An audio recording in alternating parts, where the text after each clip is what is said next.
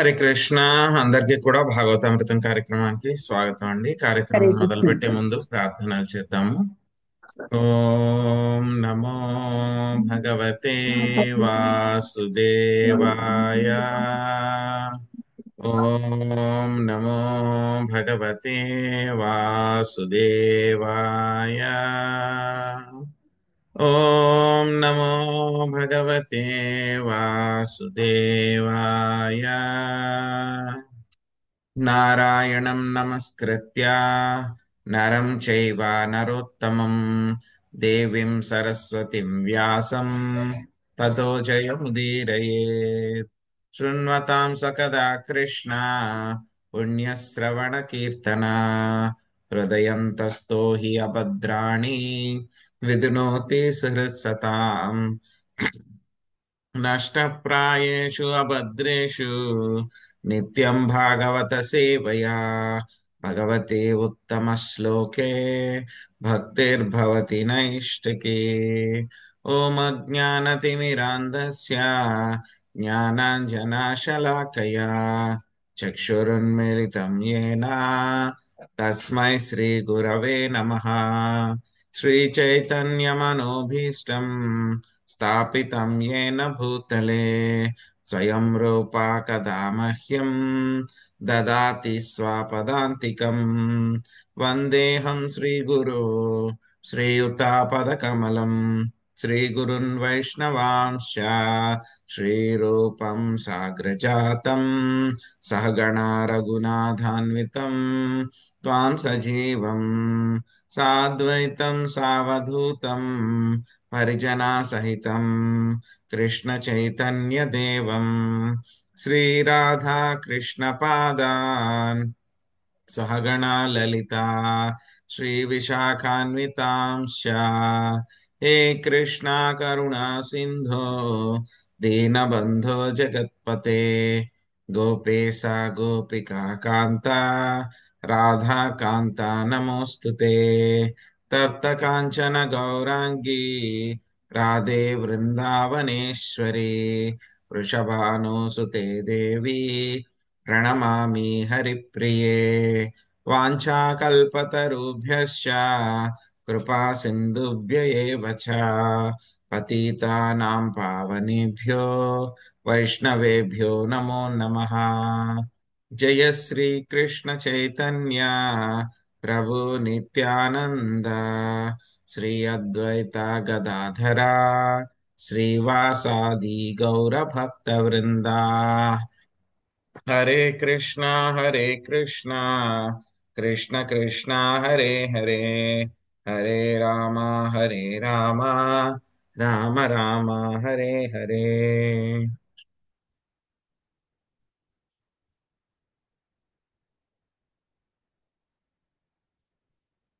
Hare Krishna. So ఈరోజు మనము శ్రీమద్ భాగవతము 5వ స్కందంలో చివరి అధ్యాయంలో ఉన్న మనం 26వ అధ్యాయము. ఈ యొక్క అధ్యాయం పేరు నరక లోకముల యొక్క వర్ణన అనేటువంటి అధ్యాయము. సో ఈ అధ్యాయం తోటి మనకి 5వ స్కందము పూర్తవుతుంది. 6వ స్కందంలోకి ఎంటర్ అయిపోతాము. సో నిన్న మనం 9వ శ్లోకం వరకు చర్చించుకున్నాము. సో ఈ రోజు మనం 10వ శ్లోకం నుంచి మొదలు పెడదాము.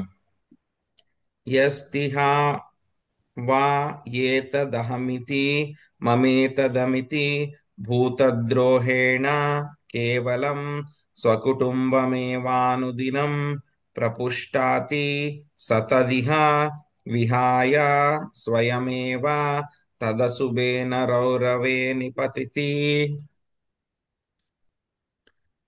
శాంతికృష్ణ మాతాజీ మీరు అనువాదం చదవండి. సో భాష్యము సుబ్రహ్మణ్య ప్రభుజీ చదవండి. హరే కృష్ణ. దేహాత్మ భావన కలిగిన వాడు తనను తన పుత్ర కళత్రాదులను పోషించుకొని నిమిత్తమై ధనార్జనము చేయు అహర్నిశము కష్టించి పనిచేయును. ఆ కార్యక్రమమున అతడు ఇతర జీవుల పట్ల క్రూరముగా వర్తించుచుండును. అట్టివాడు మరణ సమయమున తన దేహమును కుటుంబమును వదిలివేయవలసి వచ్చును. పైగా పరప్రాణి హింస వలన కలిగిన పాప ఫలముగా అతడు రౌరవమను నరకమున త్రోయబడును. హరే కృష్ణ. హరే కృష్ణ.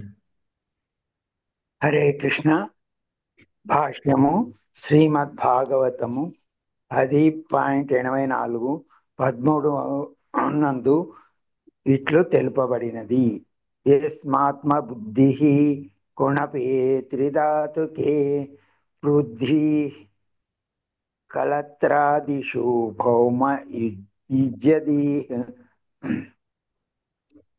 యత్తీర్థబుద్ధి సలిలేన కర్హిచిత్ అన్నేష్వభిఘ్నేషు సయేవ గోకరః.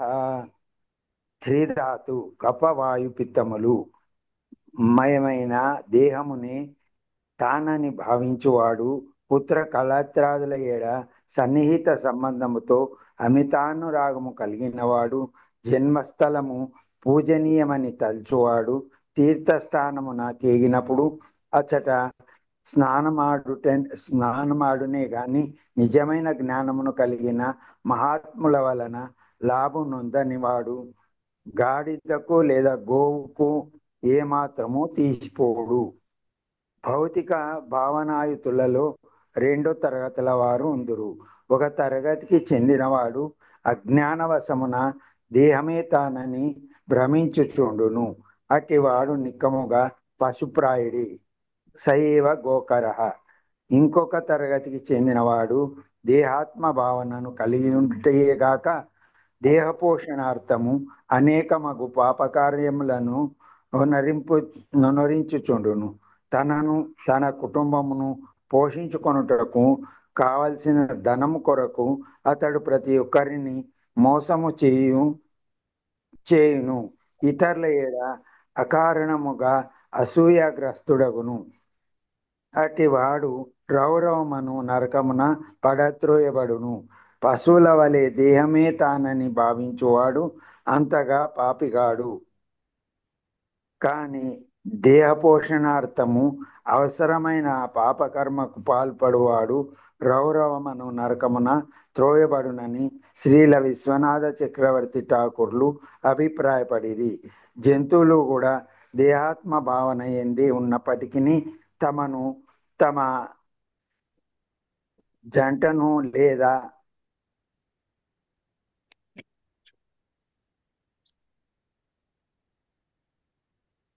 సంతానమును పోషించుకొనుటకు పాపకార్యమునకు పాల్పడవు. కనుక జంతువులు నరకమునకు వెళ్ళవు. కాని మానవుడు కేవలం దేహపోషణార్థము అసూయతో వర్తించుచు ఇతరులను వంచినప్పుడు నారకీయ పరిస్థితులలో ఉంచబడును. హరే కృష్ణ. హరే కృష్ణ. ఏ త్విహా యథైవామునా విహింసితా జంతవః పరత్రయమా యాతనాముపగతం తయేవ రురోవా భూత్వా తథా తమేవ విహంసంతి తస్మాదౌరవమిత్యాహురురితే సర్పాదతి క్రూర సత్వస్యాపదేశః. వాస్వి మాతాజీ మీరు అనువాదం చదవండి. భాష్యము చంద్రా మాతాజీ చదవండి.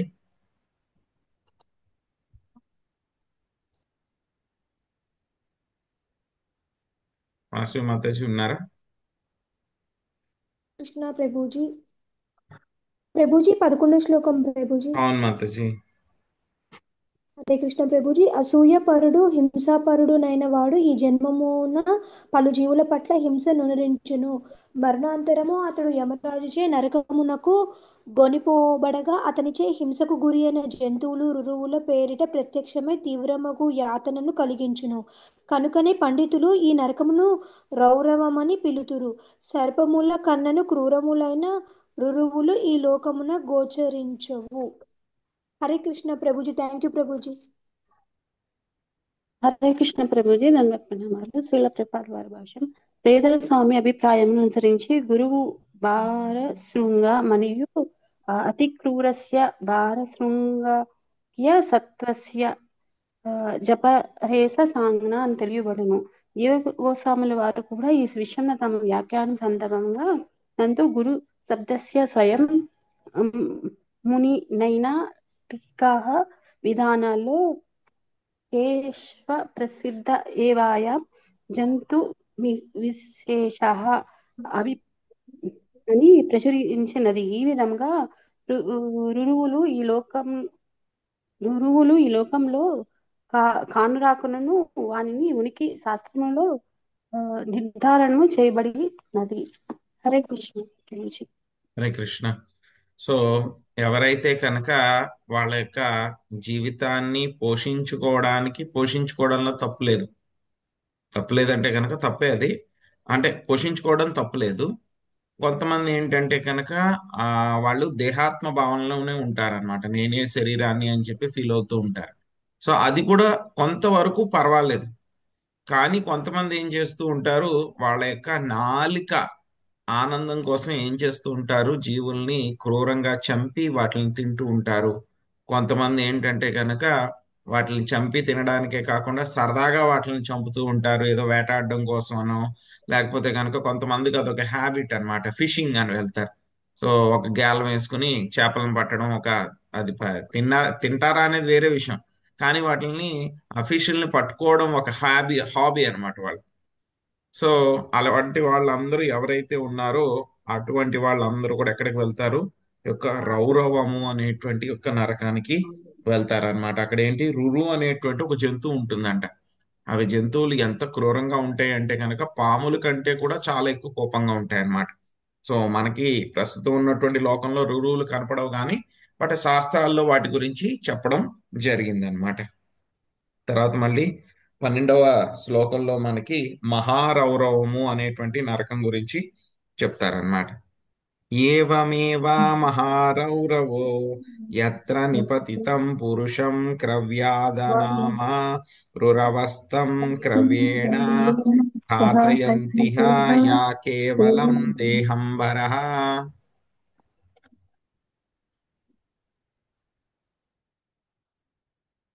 ప్రభావతి మాతజీ, మీరు అనువాదము భాష్యం చదవండి.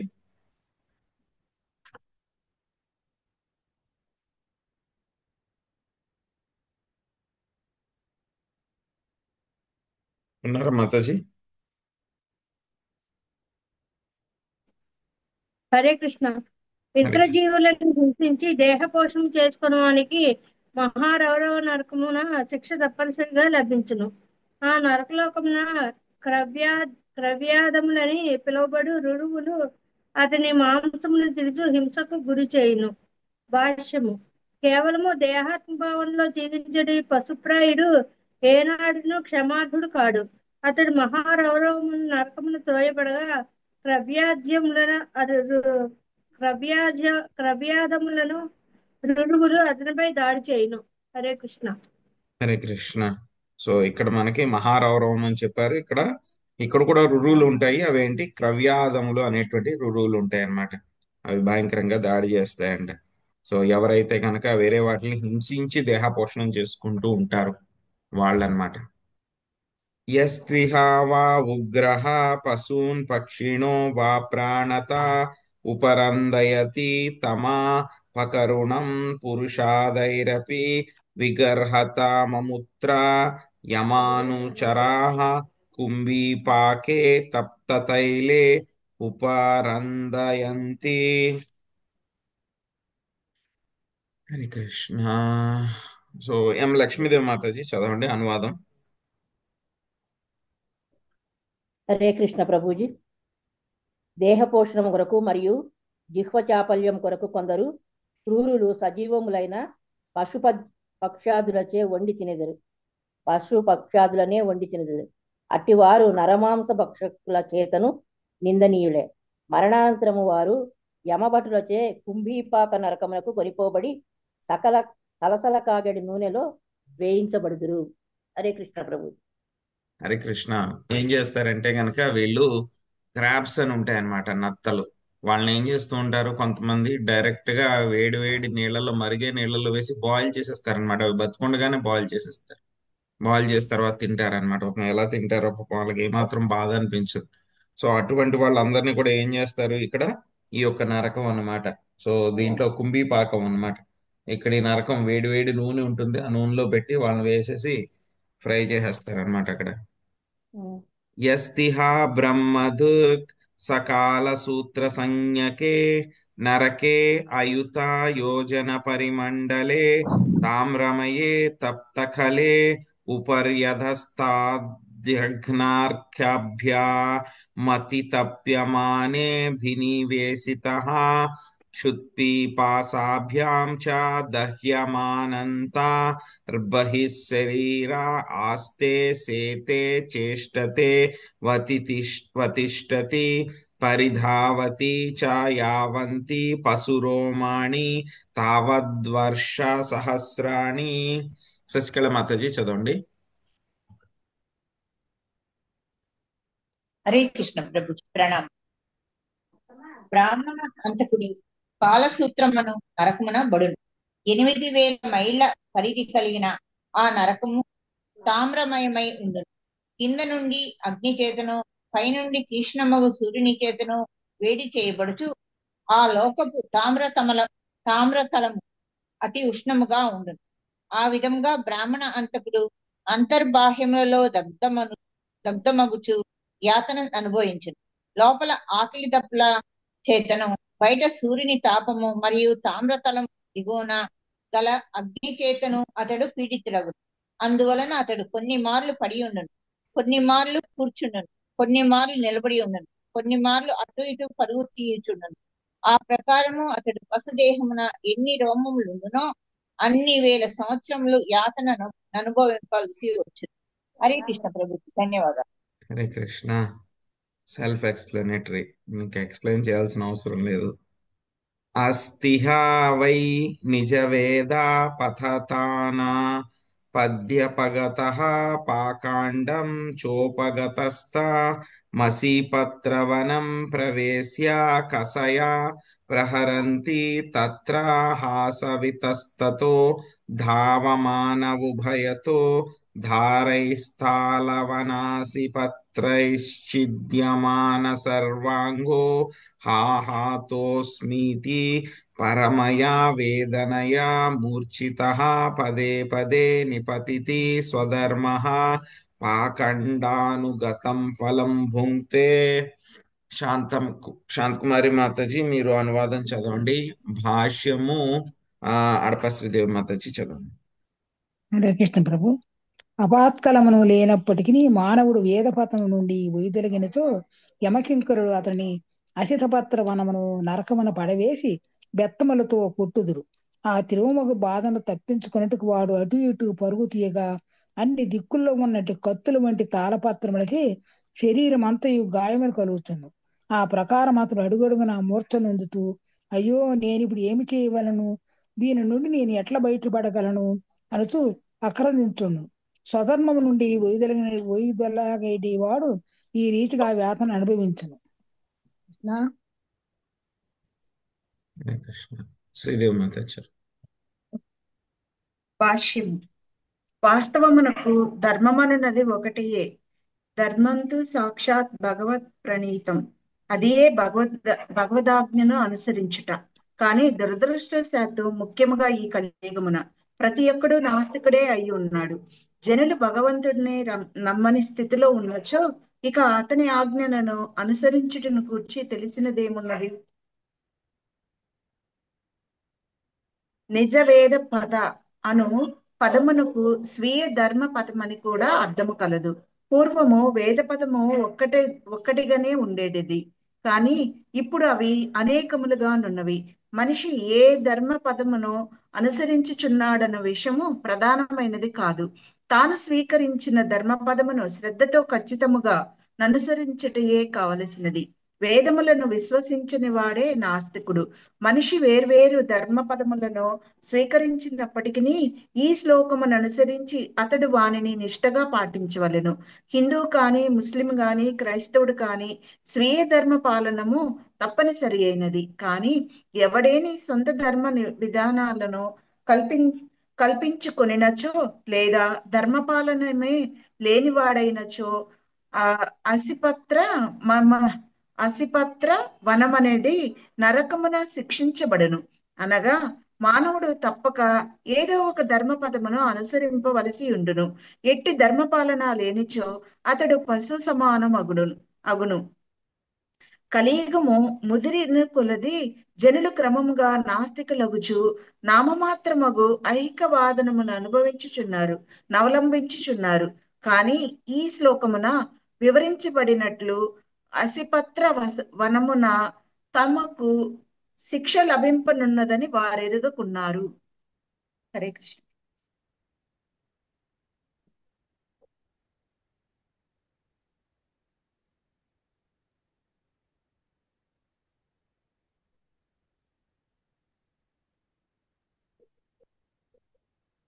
ప్రభుజీ మీరు మ్యూట్ లో ఉన్నారు ప్రభుజీ. ప్రభుజీ ఏం వినపట్టలేదండి. సో ఈ యొక్క అసిపత్ర వనము అనేటువంటి యొక్క నరకంలో ఎవరు పెట్టబడతారు అంటే కనుక నాస్తికులు అన్నమాట. సో నాస్తికులు ఎవరైతే కనుక వాళ్ళ యొక్క ధర్మం ఏదైతే ఉందో ఆ ధర్మాన్ని పాటించకుండా ఎవరైతే ఉంటారో వాళ్ళందరూ కూడా ఇక్కడ అసిపత్ర వనం అనే దాంట్లో పెడతారనమాట.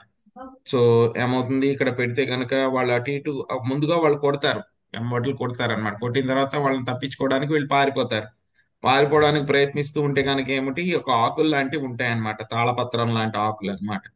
సో తాళపత్రం అంటే కనుక ఈ యొక్క తాళపత్రము అని అంటే కనుక మనకి ఇవి వస్తాయి కదా చెట్లు, పెద్దగా పెరుగుతాయి. తాటి చెట్లు, ఎస్, తాటాకు చెట్లు అన్నమాట. సో అవి ఏంటంటే చాలా షార్ప్ గా ఉంటాయి అన్నమాట, కిందకు ఉంటాయి ఆకులు. అవి వెళ్తున్నప్పుడు ఏమవుతుంది, కోసేస్తాయి అన్నమాట మొత్తం శరీరాన్ని అంతా కూడా. సో ఆ విధంగా పరుగులు పెడుతూ ఉంటారు, బాధలు పడుతూ ఉంటారు అన్నమాట. సో తర్వాత మళ్ళీ సూకరముఖ అనేటువంటి ఈ యొక్క పనిష్మెంట్ ఒకటి ఉంటుంది. అదేంటనేది మనకి 16వ శ్లోకంలో చెప్తారనమాట. అస్తి హవై రాజా రాజపురుషో వా ఆదండ్యే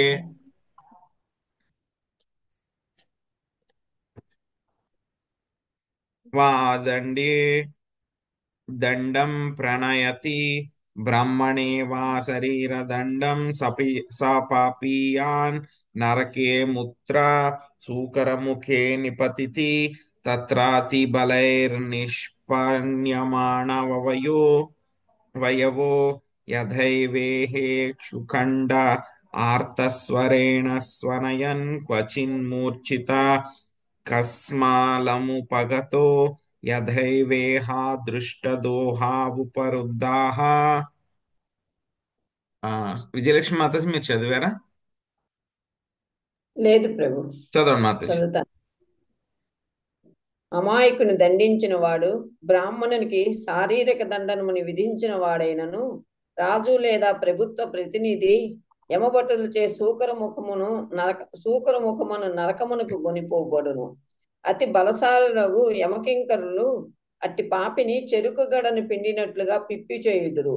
శిక్షను అనుభవించిన అమాయకుని వల్లనే అతడును దమనీయముగా రోధించుచు మూర్ఛనుందును. నిర్దోషిని శిక్షించుట వలన కలిగడి ఫలితం ఇదియే. హరే కృష్ణ ప్రభు. ధన్యవాదాలు. హరే కృష్ణ. ఎవరైతే రాజు కింద ఉన్నారో, ఎవరైతే కనుక జడ్జిలు ఉన్నారో కలియుగంలో, వాళ్ళందరూ చాలా క్రిటికల్ గా ఉన్నారు. ఈ యొక్క శ్లోకం ప్రకారం తప్పు జడ్జిమెంట్ ఇస్తే కనుక ఏమవుతుంది, పనిష్మెంట్ ఇక్కడ చెప్పినట్లు చాలా ఘోరంగా ఉంటుంది అన్నమాట. యస్తి హవై భూతానామీశ్వరోపకల్పిత వృత్తినా మవివిక్త పరవ్యధానం స్వయం పురుషోపకల్పిత వృత్తిర్విక్త పరవ్యధో వ్యధామాచరతి సా పరాత్రందకూపే తదభిద్రోహేణ నిపతతి తత్ర హాసౌ తైర్జంతుభిః పశుమృగ పక్షి సరైసృపై సకయూకామక్షికాధిభిర్యే కేచాభిద్రుగ్ధాస్తై సర్వతోభిద్రుహ్యమాణ స్తమసివిహిత నిద్రా నివృత్తిర్లబ్ధావస్థానః పరిక్రామతి యథా కుశరీరే జీవః. జీ లక్ష్మీ మాతాజీ మీరు అనువాదం చదవండి, తర్వాత భాష్యం నాగం సునీత మాత చదవండి.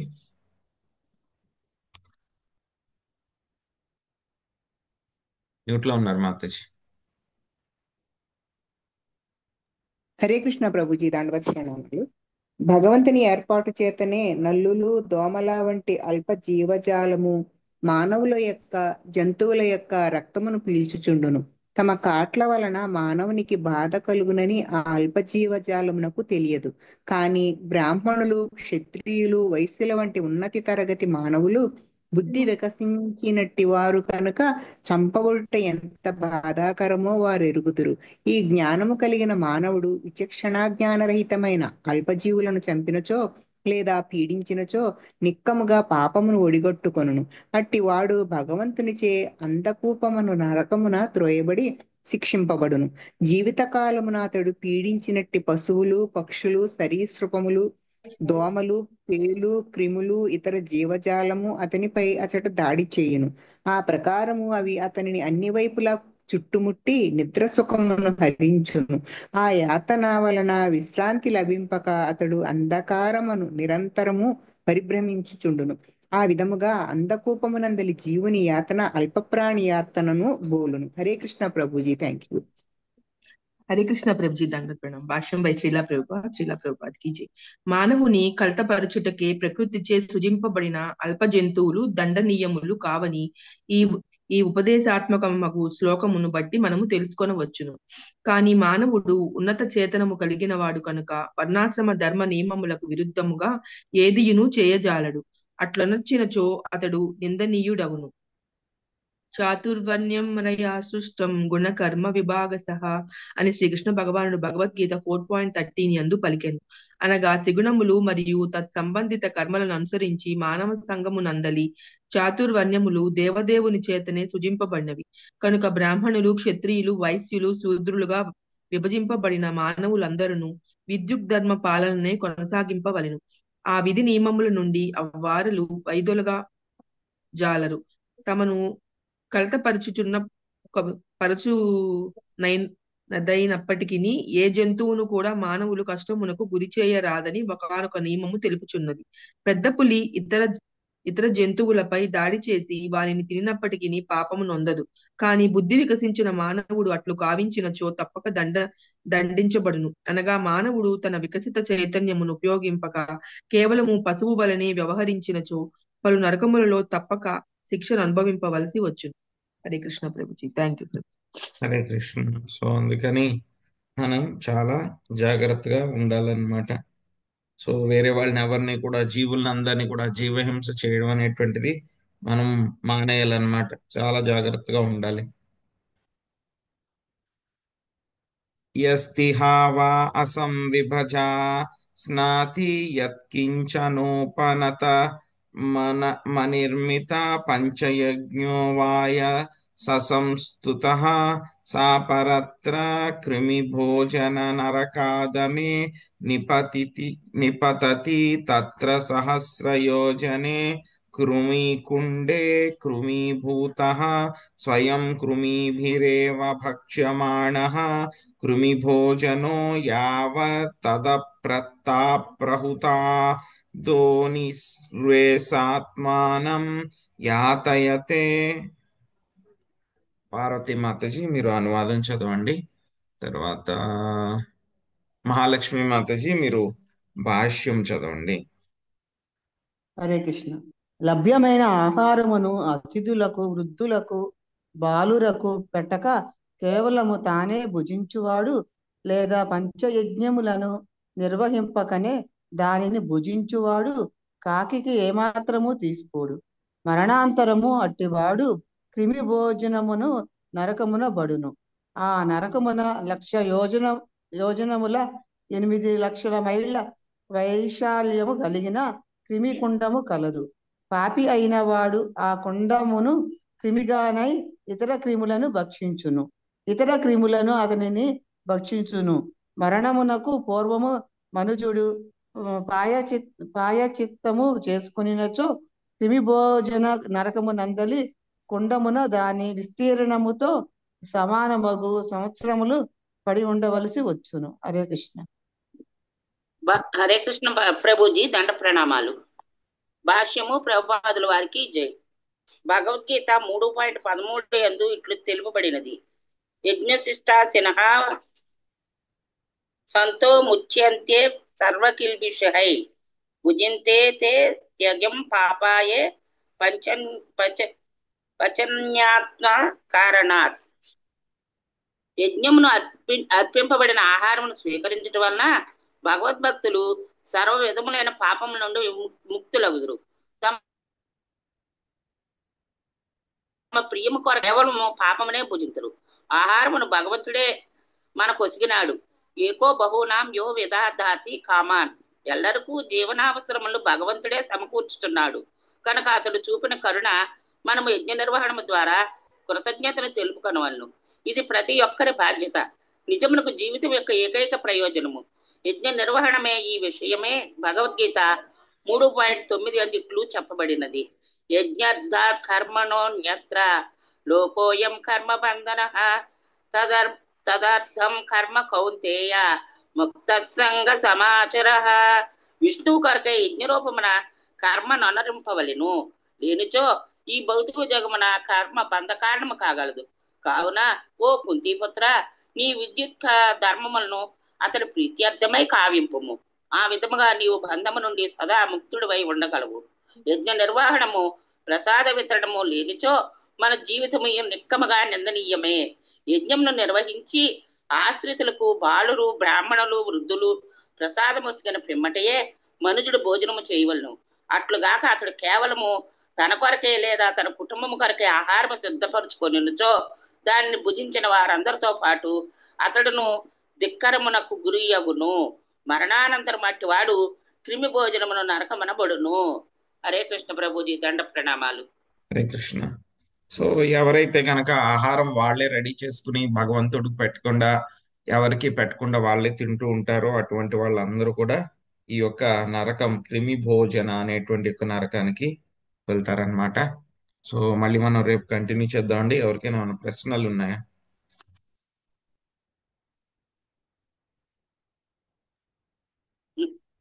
ఏం ప్రశ్నలు ప్రభు ఏంటంటేనే వాసుదేవా. సో దీనికి పరిహారం మనకి సుఖదేవ్ గోస్వామి 6వ స్కందంలో స్టార్టింగ్ లోనే చెప్తారనమాట. సో అందుకని చెప్పేసి ఇప్పుడు దాని గురించి తెలుసుకుందాం మనం. 6వ స్కందం స్టార్టింగ్ లోనే వస్తుంది. అదేలే ప్రభు. So wait for 6th canto. Hare Krishna. Hare Krishna. వాంఛాకల్పతరుభ్యశ్చ కృపా సింధుభ్యేవ చ పతితానాం పావనేభ్యో వైష్ణవేభ్యో నమో నమః. అనంత కోటి వైష్ణవ వృందకి, శ్రీల ప్రభుపాదికి, నితాయ్ గౌర్ ప్రేమానందే. హరి హరి హరే కృష్ణ ప్రభుజీ. ధన్యవాదాలు.